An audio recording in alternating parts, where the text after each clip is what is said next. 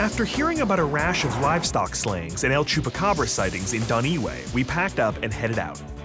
You're like Queequeg, man. Look at you. You're covered in these things. Hey. I don't know. In Doniwe, we met with a woman who told the paper she had had over 100 of her chickens killed by El Chupacabra in a single night. Her father came out here after they heard the chickens crying. He fired the rifle in the air, came over to turn the lights on. We saw that those trunks there had fallen. Chickens dead everywhere. Where was the place where the gate had been peeled back? Right in the corner, it was opened up. It's like a little hole about just like that. Not very big. I had a hard time buying that a 3-foot creature could fit through a hole the size of a CD. I was starting to think that El Chupacabra came in 2 different sizes, extra large and petite.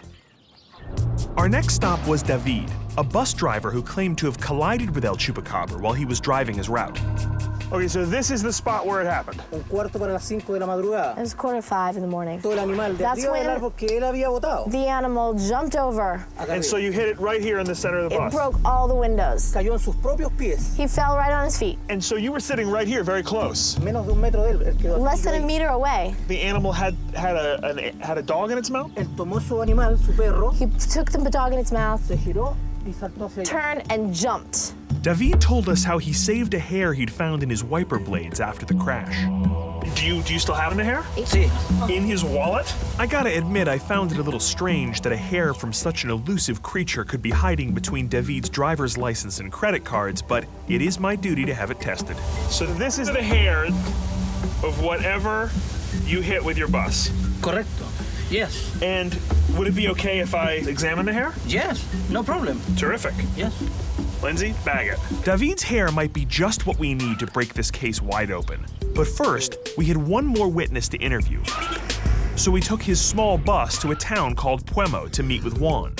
Juan survived what he claimed was an attack from El Chupacabra, and he had the scars to prove it. So he was like coming off a bridge, and that's when he saw the 2 animals. The little one bit him right there on the leg. The other one there in his neck. So with its talons, it scratched that? Sacó la ropa. These are scars from where you were attacked? Big scars in here and here. On his arms here, he's got big scars here. Nasty one right there, too. Juan pointed us to the mountainous area just above the town of Puemo, where he believed the 2 creatures that attacked him had escaped to. So, our course was set.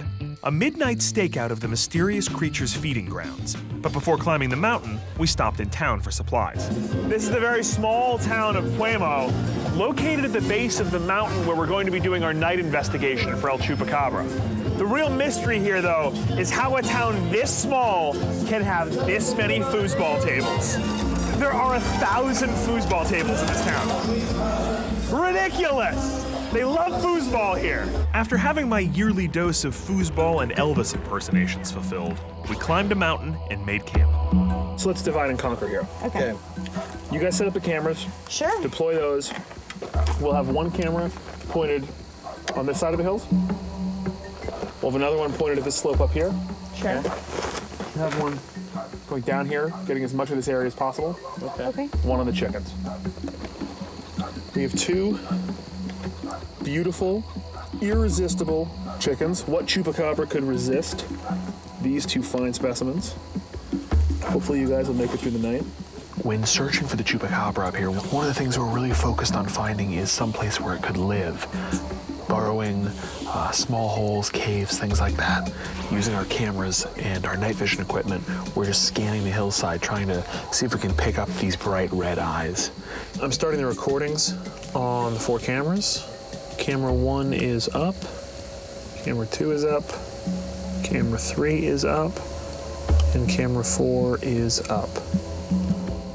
All right, so Lindsay, keep an eye on these 4 cameras. Sure. In a few minutes, we'll go lights out. Mark and I will start investigating the area. Take the night vision scope with us, take the thermal sensor, and see what we see. People have been saying that El Chupacabra has been coming from this area.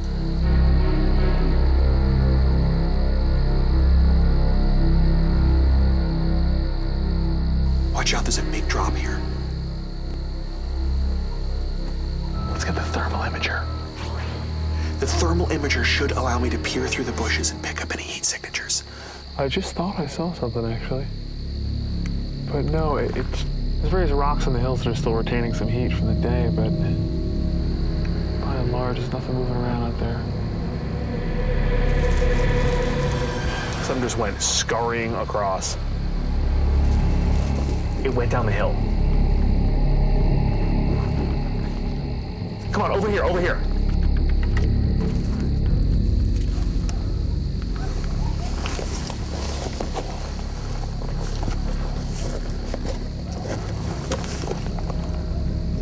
We got a cave. There's a cave. Come here, come here, come here.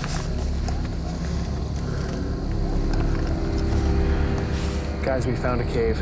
And I think something just ran inside. It's a big cave.